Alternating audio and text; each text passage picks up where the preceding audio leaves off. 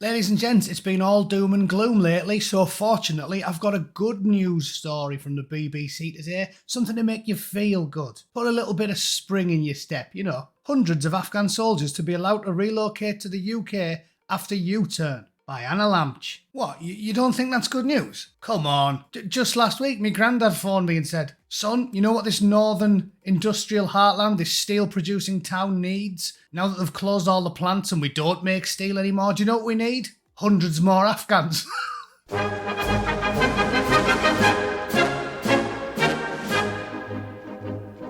Okay, this is brilliant. Fantastic news, I'm sure you'll agree. If there's one thing the country needs, it's more hairy-ass young men from Afghanistan. I don't know about you, but I'm filled with delight at the idea that a bunch of high testosterone, high energy geezers from distant shores are going to be wandering around in the UK, unable to speak the language, with barely a high school education, living in council houses, and you're buying all of their turkey Twizzlers for them. Brilliant.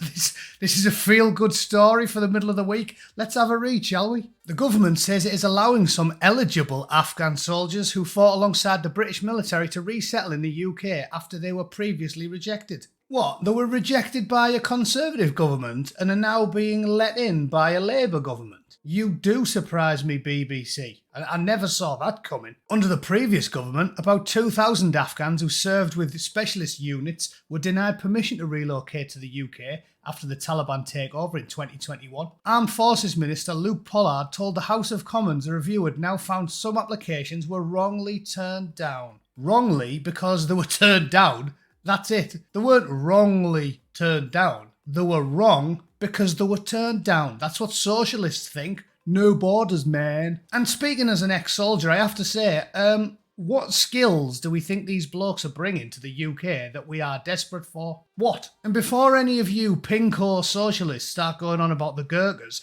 I'll put my cards on the table and say I wasn't all for every Gurkha being allowed entrance into the UK as well. As far as I'm concerned, the mercenaries, when you're a mercenary, you sign up for a paycheck. I like the Gurkhas, they do a good job for us, but I don't think enlisting in the British military for a couple of years should entitle every single foreigner that's ever wore a uniform to move to England. I'm sorry, but I don't. I thought that was quite a strange period of time in the UK when you had a Conservative government begging for a load of Nepalese blokes to be allowed entrance to the UK, and you had a Labour government against it. It was quite peculiar. My opinion is that we've had such low standards for so long with immigrants moving to the UK that people thought it was quite offensive that there was random Somalian blokes being allowed to move to the UK and former Gurkhas and Nepalese lads who at least did something for us were being denied. But just because you were let one in doesn't mean you should let the other. How about this? It is a controversial opinion.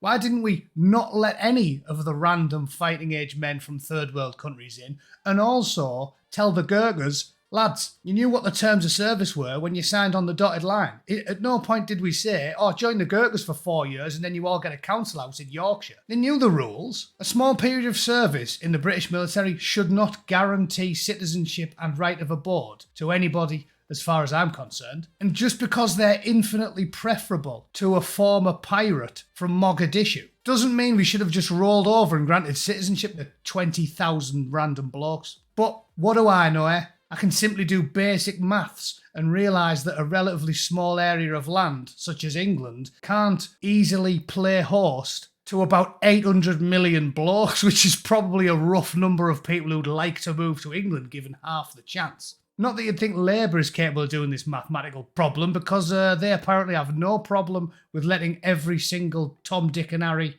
from all four corners of the globe move in on a whim. Armed Forces Minister Luke Pollard told the House of Commons a review had found some applications were wrongly turned down. He said there was no evidence of malicious intent and was blaming poor record keeping for any errors instead. On Monday, Pollard said the government had so far overturned 25% of the rejections, and he said a review had found new evidence that some of them had been directly paid by the UK government, meaning they were eligible for resettlement, and this evidence had been overlooked during the initial resettlement applications.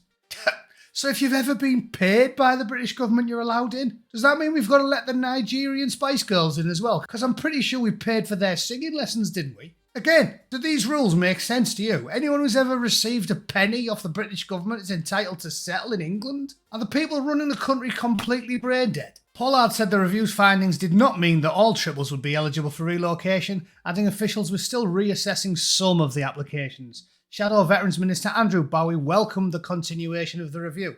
He said the Conservatives wanted the correct decisions made on a very important and highly sensitive applications as speedily and fairly as possible. So as usual, the wet woke Conservative Party and the wet woke Labour Party are in complete agreement, which is something we keep telling you. And by we, I mean those of us that are cynical and actually pay attention to what's going on in the world. The Conservative Party imported millions of fighting age men to the UK, so why would they be against it? This is why you have to start voting for a different option, because the big 3, 4, 5, if you include Plaid Cymru and SNP, are all singing off the same hymn sheet. They don't care about you or your wife or your children's safety, and they're going to keep importing 20-year-old blokes from all 4 corners of the globe, whether or not you like it or not, and whether or not we've got the space to do it, and whether or not we can accurately vet them, and whether or not some of them might occasionally explode. Brilliant idea. And just so you know who our new Armed Forces Minister is, Luke's statement on the murder of George Floyd. Black Lives Matter. I am in full support of the BLM movements in the US and here in the UK. I want to offer my condolences to George Floyd and Breonna Taylor and Tony McDade. It was murder, pure and simple. The Armed Forces Minister in the UK is a stupid hippie. Brilliant. I'm loving that. So when he was supposed to be doing his job, which is working for the betterment of people in the UK, he's weighing in on old St. George. So what do you think he's going to do if there's 2,000 applicants for hairy-ass blokes on his desk? He's not going to not rubber stamp them, is he? Jesus. At least we knew this was coming when we knew Labour was going to win by a landslide.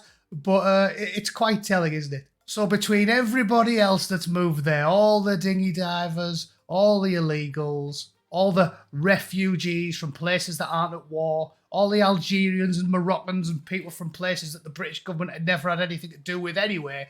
And now, just to add a cherry on top, it's anyone who's ever received a single penny from the British government. Fantastic. So hopefully the Nigerian Spice Girls can do a pop concert at the Manchester Evening News Arena, and this one at least won't explode. All right? Great news. Cheers, Luke. You'll do for me, son. All right, that's me for the day. And I am inviting an argument here because I'm sure lots of you lot watching were daft enough to think it was a fantastic idea that anybody who's ever wore a British uniform should be given citizenship just because they're slightly better applicants than waterborne raiders from Mogadishu. But again, they aren't. The mercenaries, they get paid well for it and they get rewarded monetarily. They shouldn't be instantly given citizenship just for pulling on a uniform for a bit. But that's my opinion. I'm aware of the finite resources and space we have in England. If you want to be some hand-wringing airy-fairy who thinks anybody we've ever given a penny to should be instantly given a council house in York, you let me know. As always, thanks for watching, and I'll see you all very soon. Cheers.